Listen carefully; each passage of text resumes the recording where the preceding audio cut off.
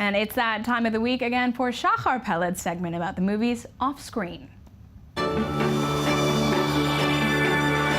Welcome, Shachar. What do you have for us today? Well, today I open with a question. How can someone take such a horrific and delicate subject as the Holocaust and squeeze it into 15 minutes, a 15-minute short feature film? Well, this is the challenge that director Daniel Finkelman took upon himself. And he decided, he's actually a young Hasidic rabbi from New York, who's also a filmmaker and a music producer. And he decided he wanted to tackle this issue in a different way, in a unique way. So he tries to tell the story not through concentration camps and barbed wires, but 30 years after the Holocaust, in the 1970s, a man who survived the Holocaust and never spoke about his experiences like many others in his generation. And he's confronted by his son, who wants to know more about his father, more about what happened to him, and he's sort of this dilemma between wanting to open it up to his family, to himself, and the very tremendously painful memories of the past. We see he lost his wife, he lost his children in the Holocaust. So this 15-minute short feature, which we got exclusive interviews with the filmmakers, is trying to depict a new way of looking at the Holocaust. So how did Dudu Fisher get involved in this film? So the lead character is portrayed by Dudu Fisher, an internationally renowned performer. Many remember him as Jean Valjean from Les Miserables. He performed on Broadway and West End.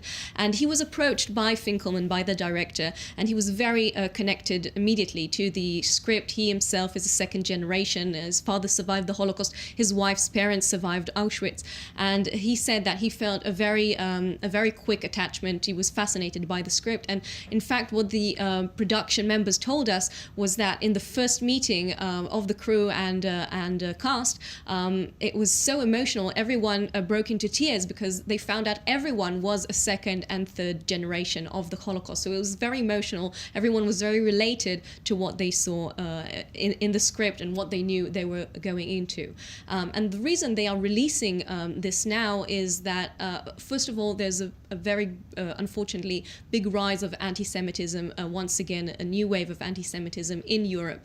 And the notion of people not talking about the subject or denying the fact that there ever was a Holocaust is a matter that they believe we must continue to talk about. We must continue to open ears and listen to the survivors that not many are with us anymore.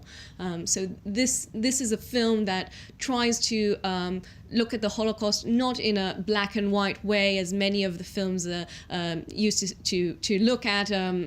Director Finkelman told us that he himself was obsessed with Schindler's List, and he knows it by heart, but he wanted to make a film that takes a look in another way at the Holocaust and this story of a man who doesn't know what to do, because speaking at that time was very difficult, and on the other hand, he knew that this is something he must do. And I mean, the treatment of Holocaust survivors has really changed since the 70s. Yes, so today we're much more aware of it, but once again, unfortunately, there are less and less Holocaust survivors remaining. And the fact that they took the film to a performer's, the lead character is a performer, is an actor and singer himself. So this was another very strong connection. Dudu Fisher told us he felt to the lead actor, and he felt he could talk about it through his music. So you could see that when the film will finally be screened. Well, I can't wait to see this film. It sounds like something a lot of people can relate to here. Yes, Thank you very much, absolutely. Shachar Peled, for this corner.